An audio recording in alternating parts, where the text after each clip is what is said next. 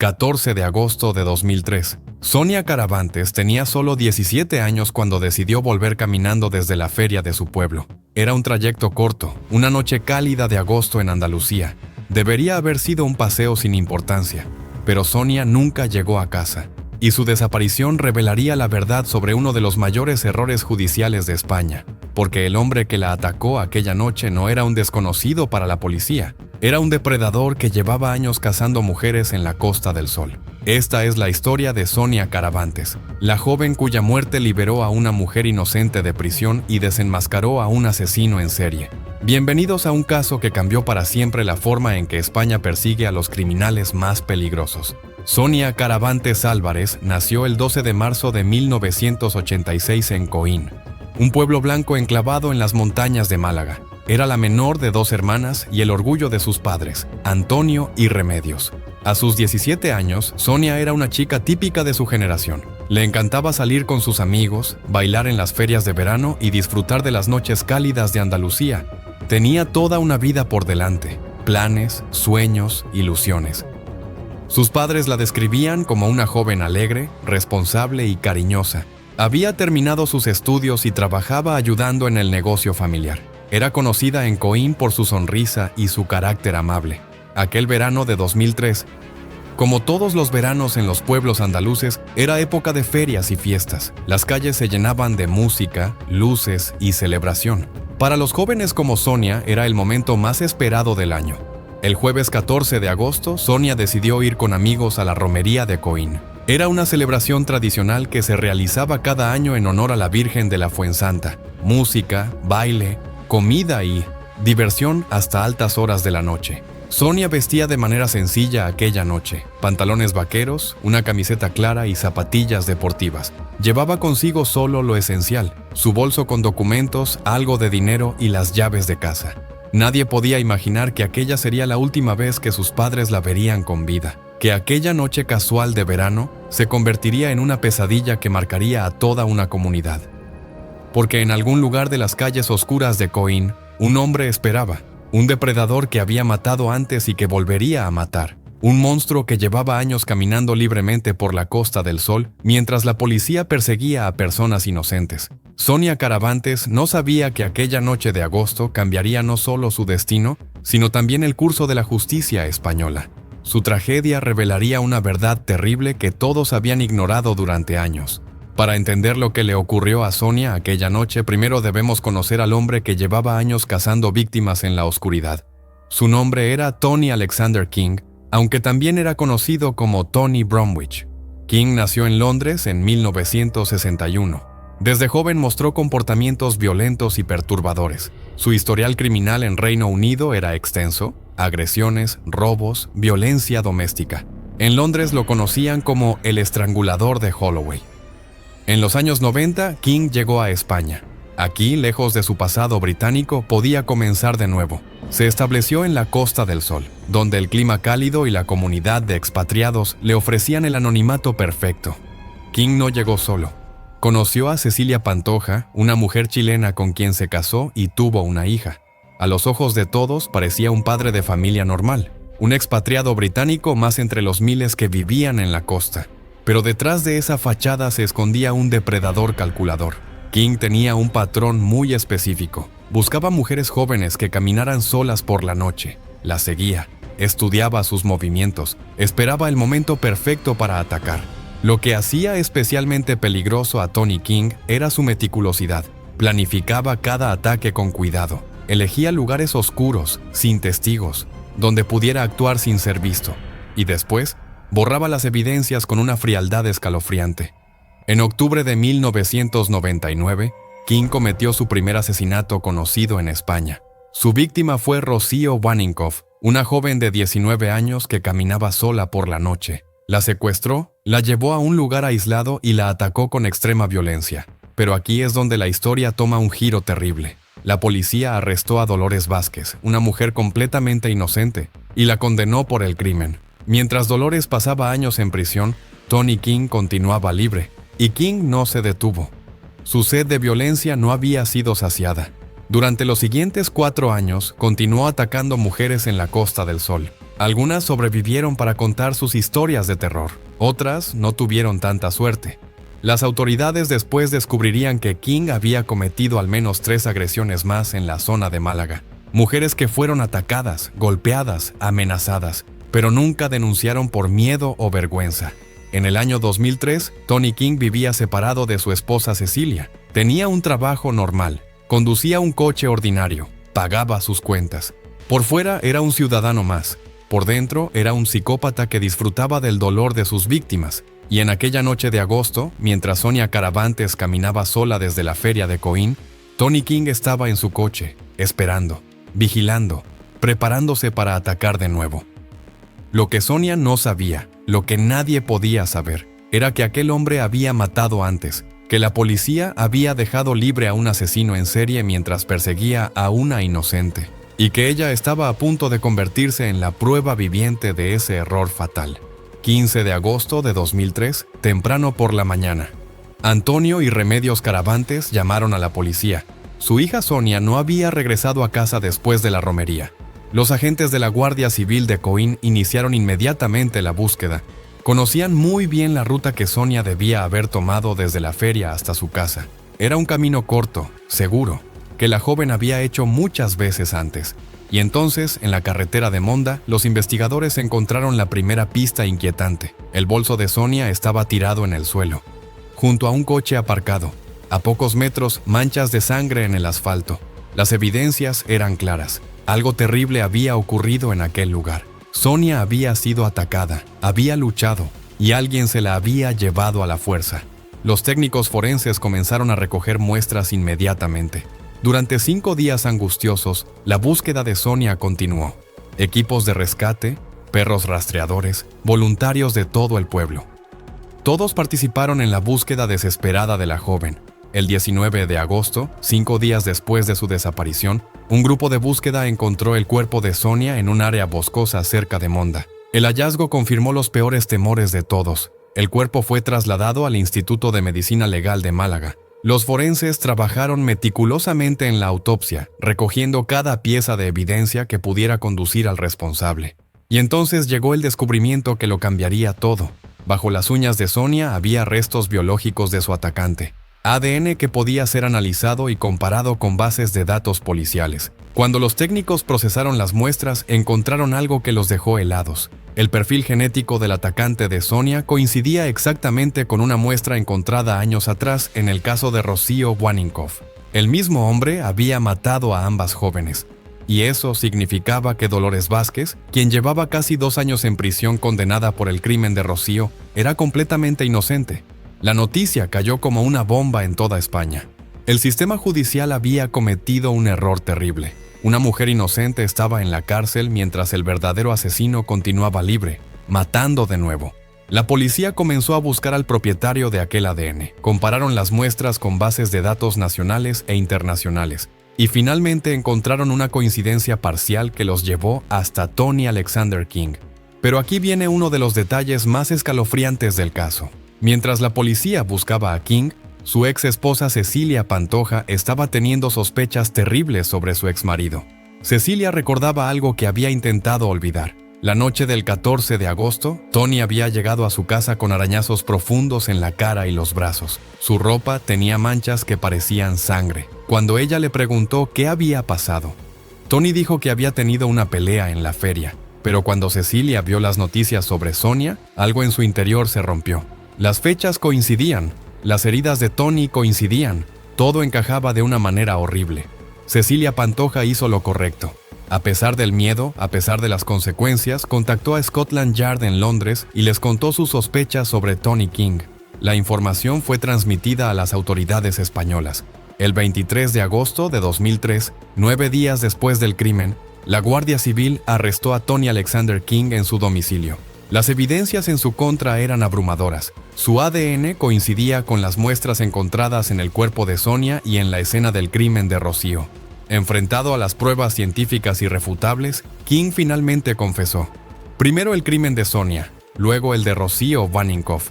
Describió detalles que solo el verdadero asesino podía conocer. La verdad finalmente había salido a la luz, pero había llegado demasiado tarde para Sonia. y había costado 2 años de libertad a una mujer inocente. 14 de agosto de 2003, cerca de las 5 de la madrugada, la romería de Coín comenzaba a terminar. Las luces se apagaban lentamente y la gente empezaba a volver a sus casas. Sonia Caravantes se despidió de sus amigos. Vivía cerca, en el barrio de La Trocha, a menos de 2 kilómetros de donde se celebraba la feria. Era un camino que conocía bien, que había hecho cientos de veces. La noche era cálida, típica del verano andaluz. Las calles estaban oscuras pero no desiertas. Otras personas también regresaban a sus hogares después de la celebración. Sonia no tenía razón para preocuparse. Caminó por la carretera de Monda, una vía que conectaba el centro con las afueras del pueblo. A esa hora el tráfico era escaso. Solo algunos coches pasaban de vez en cuando, regresando de la fiesta, y entonces apareció él. Tony King conducía su vehículo por esa misma carretera. Cuando vio a Sonia caminando sola, algo se activó en su mente depredadora. Aquí estaba su próxima víctima. King redujo la velocidad. Siguió a Sonia durante varios metros, estudiándola, esperando el momento preciso. Luego detuvo el coche cerca de ella. Lo que ocurrió después fue una pesadilla de violencia y terror. Sonia intentó defenderse. Luchó con todas sus fuerzas contra su atacante. En esa lucha desesperada por sobrevivir, logró arañar profundamente la cara y los brazos de King. Sus uñas se clavaron en la piel del agresor, dejando marcas que más tarde serían cruciales para la investigación. King era más fuerte, más violento, más decidido. Logró someter a Sonia y la introdujo a la fuerza en su vehículo. El bolso de la joven cayó al suelo junto con algunas de sus pertenencias. Había sangre en el asfalto, señales de la terrible lucha que acababa de ocurrir. King condujo con Sonia hasta una zona boscosa cerca de Monda, un municipio vecino.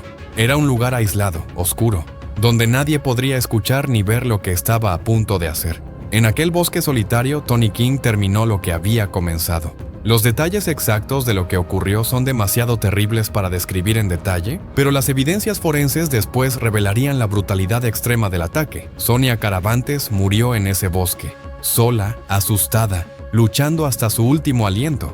Tenía solo 17 años, una vida entera por delante que le fue arrebatada por un depredador sin piedad. King abandonó el cuerpo de Sonia entre los árboles. Luego regresó a su coche y condujo de vuelta a su casa, como si nada hubiera ocurrido. Pero esta vez había cometido un error fatal. Los arañazos en su cara y brazos eran profundos y visibles. La sangre de Sonia estaba en su ropa y en su vehículo, y bajo las uñas de la víctima había quedado algo que lo condenaría para siempre: su ADN. Mientras Tony King dormía aquella noche creyendo que había cometido el crimen perfecto, los padres de Sonia comenzaban a preocuparse. Su hija no había llegado a casa, y en unas pocas horas toda Coín se movilizaría en su búsqueda. La pesadilla de la familia Caravantes apenas comenzaba, pero también lo hacía la investigación que finalmente revelaría la verdad sobre Tony King y liberaría a Dolores Vázquez de su injusta condena. Sonia Caravantes tenía solo 17 años cuando su vida fue brutalmente arrebatada aquella noche de agosto.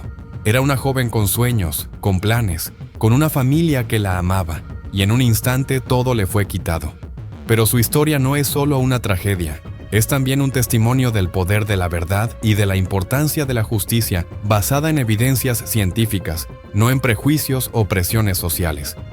Su muerte liberó a una mujer inocente de la cárcel, cambió las leyes españolas sobre investigación criminal y recordó a toda una nación que el precio de los errores judiciales se paga con vidas humanas. Hoy, más de 20 años después, el nombre de Sonia Caravantes sigue siendo un símbolo de las víctimas que merecen justicia, de las familias que merecen respuestas y de un sistema que debe ser vigilante para proteger a los más vulnerables. Esta es la historia de Sonia Caravantes, una joven que nunca debió morir, un caso que nunca debió terminar en tragedia, y una lección que España nunca debe olvidar. ¿Crees que la justicia fue suficiente en este caso?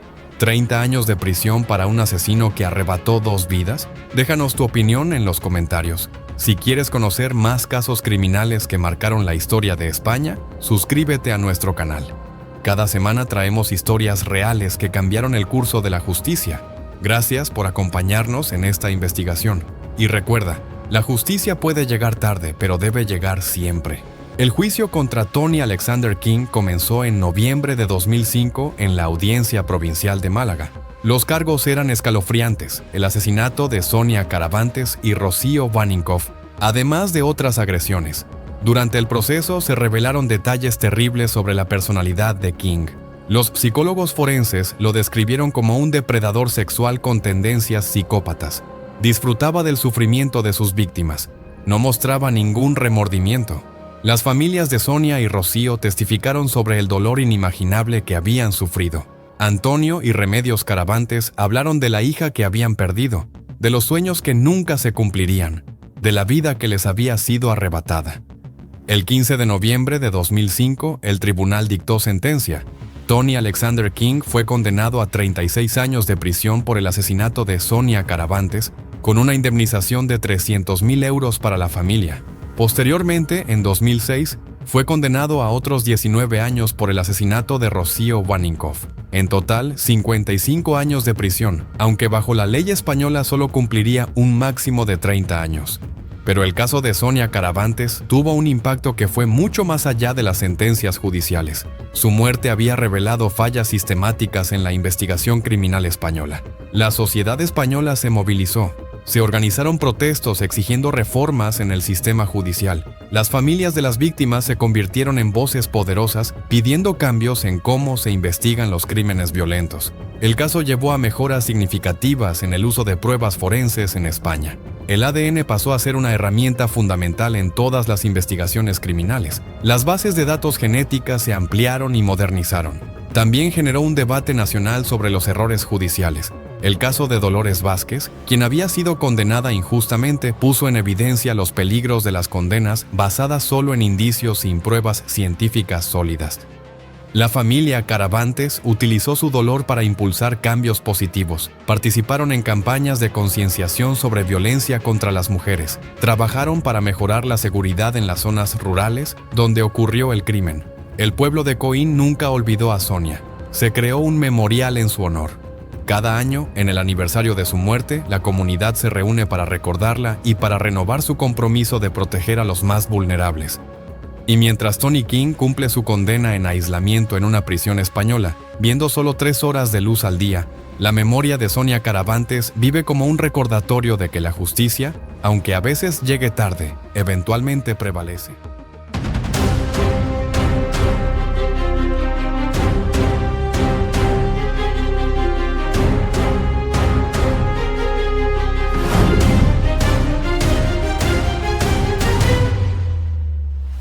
...12 de diciembre de 2018. Laura Luelmo, una joven profesora de 26 años, llegaba a El Campillo, un pequeño pueblo de Huelva, para comenzar su nueva vida. Había conseguido el trabajo que tanto había esperado. Tenía planes, ilusiones, un futuro brillante por delante. 4 días después, ya no estaba. Y su desaparición desenmascaró a un depredador que había estado viviendo entre los vecinos durante años. Un hombre con un pasado oscuro que las autoridades conocían pero que nunca había sido vigilado correctamente. Esta es la historia de Laura Luelmo, la profesora que llegó a un pueblo con esperanza y encontró el horror. Y el caso que llevó a España a aplicar su sentencia más severa, la prisión permanente revisable. Bienvenidos a uno de los crímenes más impactantes de la España reciente. Un caso que cambió para siempre un pueblo tranquilo y que desató un debate nacional sobre cómo protegemos a las mujeres. Desde pequeña, Laura mostró una pasión clara. Quería ser profesora. Le encantaban los niños, disfrutaba enseñando y soñaba con el día en que tendría su propia aula llena de estudiantes. Estudió magisterio en la Universidad de Salamanca, una de las instituciones más prestigiosas de España. Durante sus años universitarios, Laura se destacó por su dedicación, su creatividad en el aula y su capacidad para conectar con los niños. Sus compañeros y profesores la describían como una joven alegre, responsable y profundamente vocacional. No solo quería enseñar, quería hacer una diferencia en la vida de sus alumnos. Quería inspirarlos, motivarlos, ayudarlos a crecer. Después de graduarse, Laura comenzó la dura tarea que todos los profesores españoles conocen: preparar oposiciones y buscar plazas en escuelas públicas. Son años de estudio intenso, de incertidumbre, de trabajos temporales, mientras se espera la oportunidad perfecta. Pero Laura nunca se rindió. Trabajó como profesora sustituta en diferentes escuelas de Zamora, siempre con una sonrisa, siempre dando lo mejor de sí misma. Sus alumnos la adoraban, los padres confiaban en ella, los directores la recomendaban. Y finalmente, en diciembre de 2018, llegó la noticia que había estado esperando. Le ofrecían una plaza como profesora de educación física en el Colegio de Educación Infantil y Primaria del Campillo, un pueblo minero de 2,000 habitantes en la provincia de Huelva. Laura estaba emocionada. Era su primera plaza estable, la oportunidad que había trabajado tanto por conseguir. Comenzaría después de las vacaciones de Navidad, pero decidió ir antes para instalarse, conocer el pueblo, prepararse para su nueva vida. El 8 de diciembre de 2018, Laura hizo su maleta en Zamora. Sus padres la ayudaron a cargar sus pertenencias en el coche. Era un momento agridulce, alegría por su nuevo comienzo, pero también la tristeza de verla partir. Laura condujo más de 500 kilómetros desde Zamora hasta el Campillo. Llegó ese mismo día, llena de ilusión. Había alquilado un pequeño apartamento en el pueblo. Era modesto pero suficiente. Su nuevo hogar. Durante los siguientes 3 días, Laura se instaló, desempacó sus cosas, conoció el pueblo, caminó por sus calles, publicó fotos en redes sociales mostrando su nueva casa, su nueva vida. Estaba feliz, pero Laura no sabía que estaba siendo observada, que sus movimientos estaban siendo vigilados por alguien que vivía a pocos metros de su apartamento, un depredador que había matado antes y que volvería a matar. El 12 de diciembre de 2018, apenas 4 días después de su llegada, Laura salió de su apartamento para hacer ejercicio. Era su rutina. Le gustaba correr por los caminos que rodeaban el Campillo. Aire fresco, naturaleza, un momento de paz antes de comenzar su nueva vida profesional. Nunca regresó. Bernardo Montoya no era un desconocido para la justicia española. Su historial criminal era extenso y perturbador. En 1995, 23 años antes del crimen de Laura, Montoya había cometido su primer asesinato conocido. Su víctima fue Consuelo Ojeda, su compañera sentimental de 71 años. La había matado durante una discusión en la provincia de Córdoba. Fue condenado a 9 años de prisión, pero con las reducciones de pena habituales, salió mucho antes.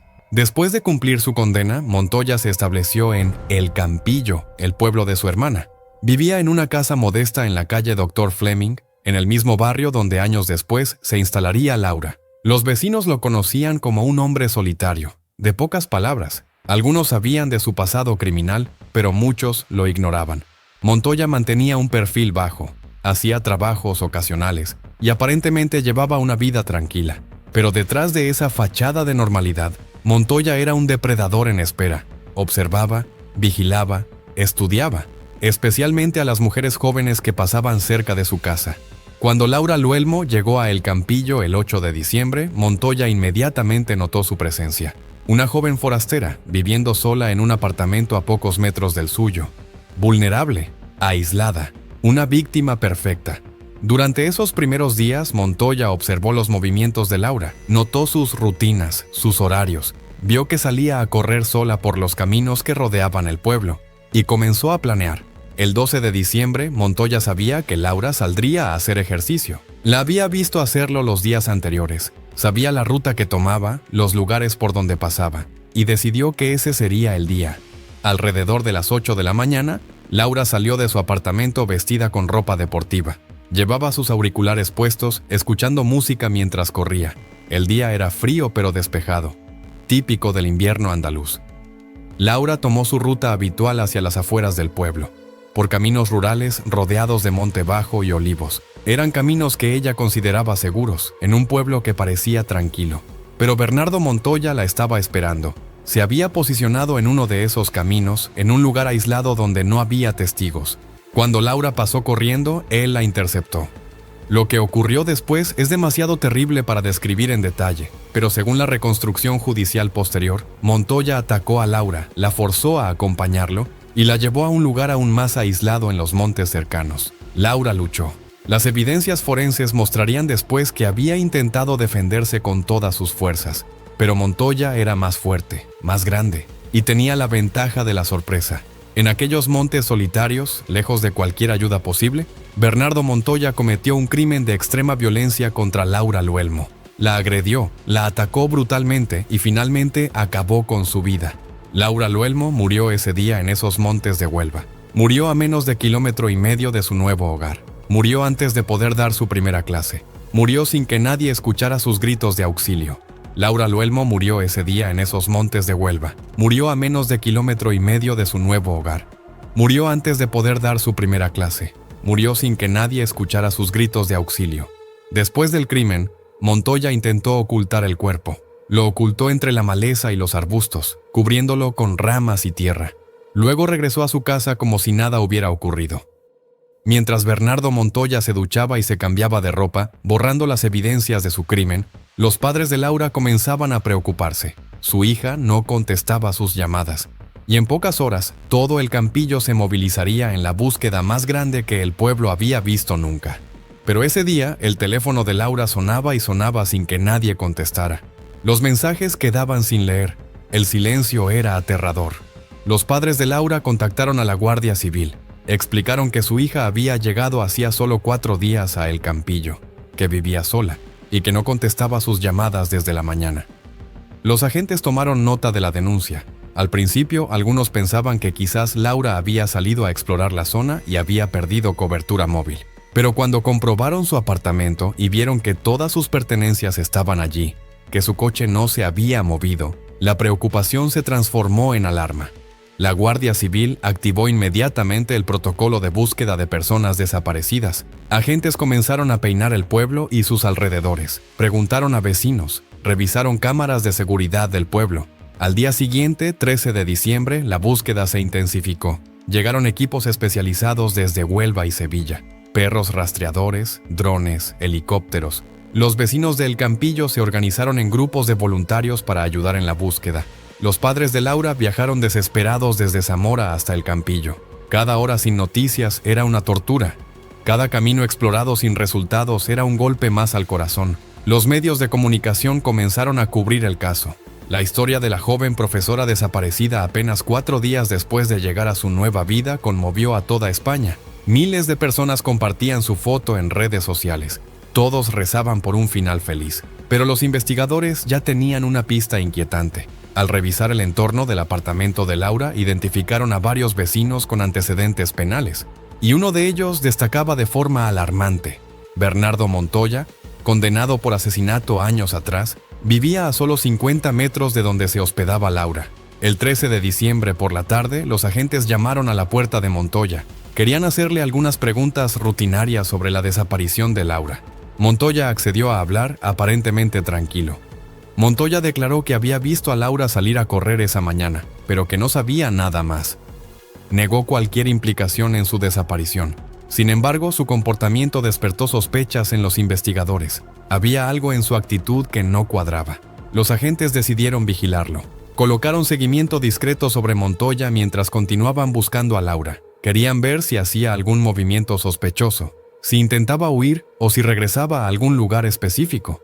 Durante los siguientes días, toda España seguía la búsqueda de Laura con el corazón encogido. Miles de personas participaban en batidas por los montes. Los medios actualizaban la información hora a hora, pero Laura seguía sin aparecer.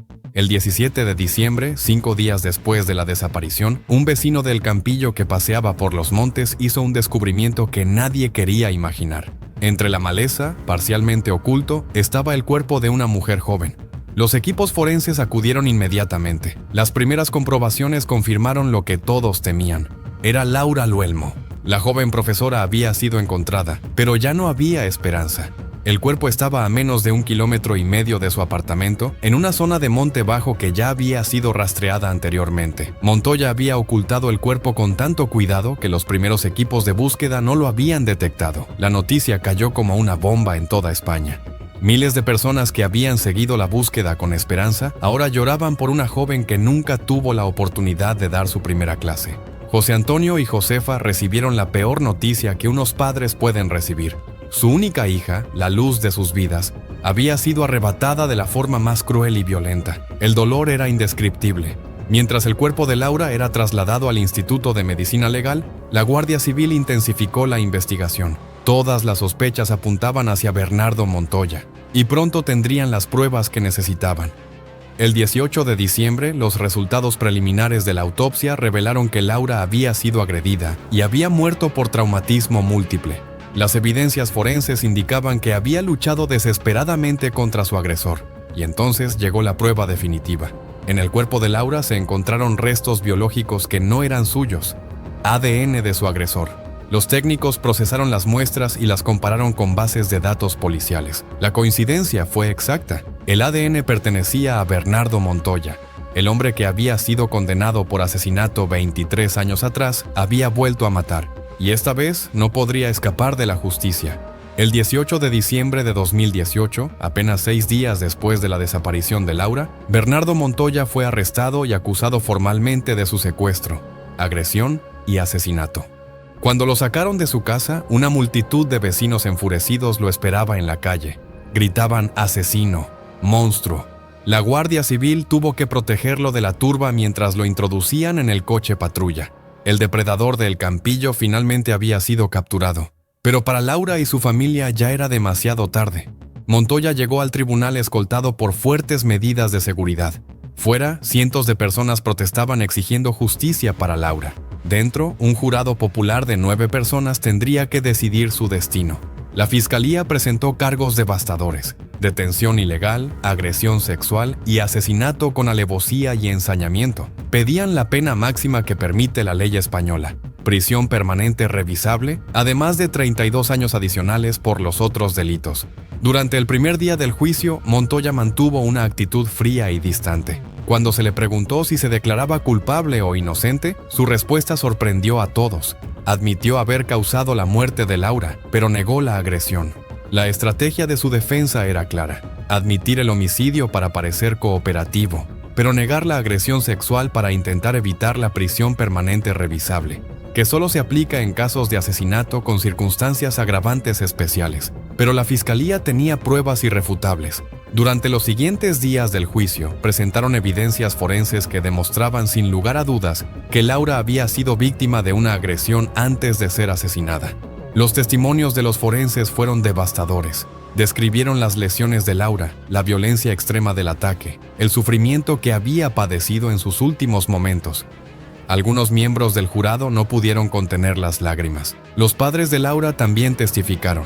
José Antonio y Josefa hablaron de la hija que habían perdido, de los sueños que nunca se cumplirían, de las clases que nunca daría, de los niños que nunca enseñaría.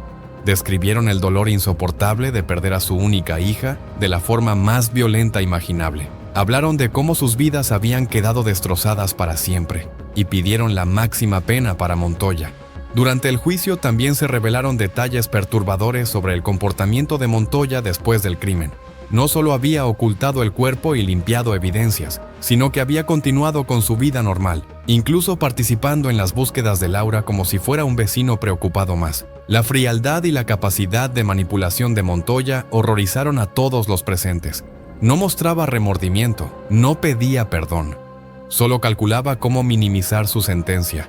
El 19 de noviembre de 2021, después de 5 días de juicio intenso, el jurado se retiró a deliberar. Tenían que decidir si Montoya era culpable de todos los cargos y si las circunstancias justificaban la pena máxima. El veredicto fue unánime en todos los puntos. Bernardo Montoya fue declarado culpable de detención ilegal, agresión, asesinato con alevosía y ensañamiento, con la agravante de reincidencia por su condena anterior.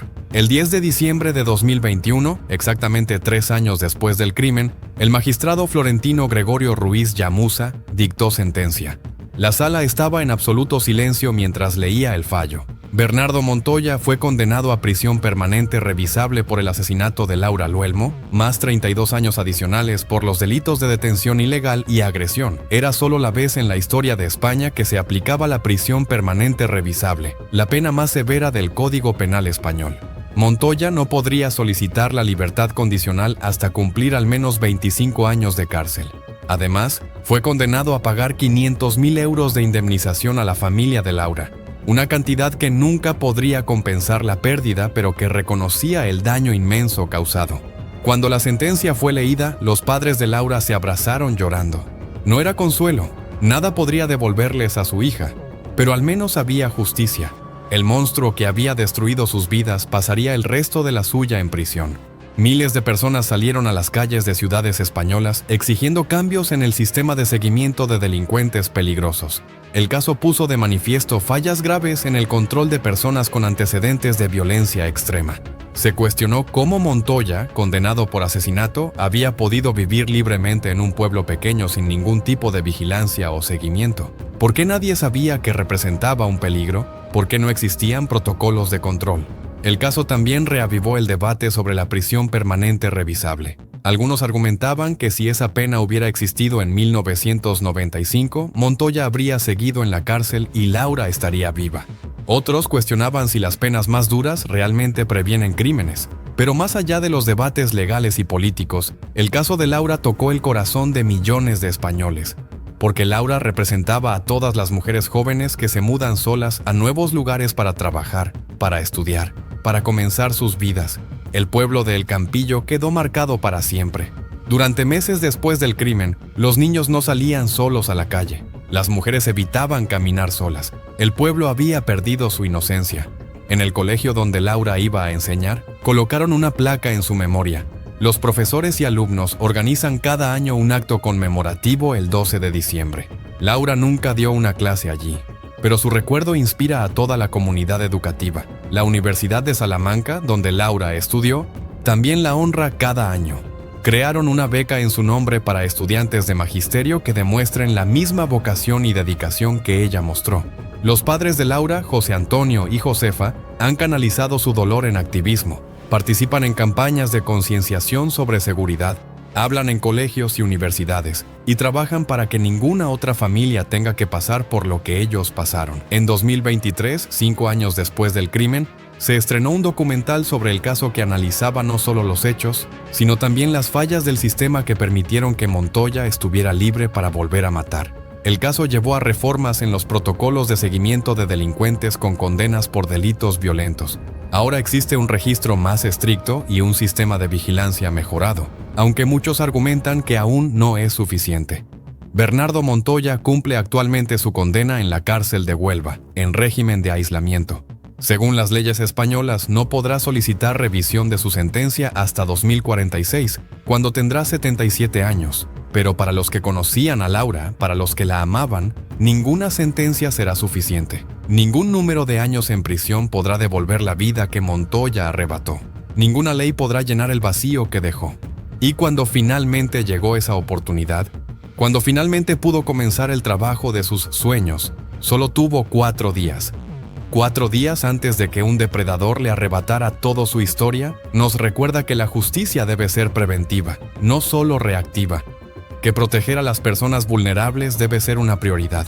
Que los antecedentes de violencia extrema deben ser tomados en serio siempre. El Campillo nunca olvidará a Laura. España nunca olvidará a Laura. Su nombre está grabado en la memoria colectiva como un recordatorio de que cada vida importa y que debemos hacer más para proteger a quienes están en peligro. Esta es la historia de Laura Luelmo, una vida llena de promesas que fue truncada demasiado pronto, una tragedia que no debió ocurrir, y un llamado a que nunca más un depredador conocido pueda volver a destruir tantas vidas.